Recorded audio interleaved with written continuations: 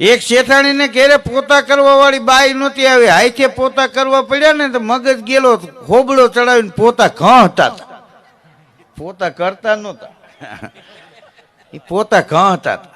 શેઠ boot હોતા અંદર આવ્યા ને, આને શેઠાણીનો મગજ ગયો, ટેબલ ઉપર રિવોલ્વર પડી હતી, લઈને ઢાળીંગ ઢાળીંગ ઢાળીંગ ન્યા ઢાળી દીધા.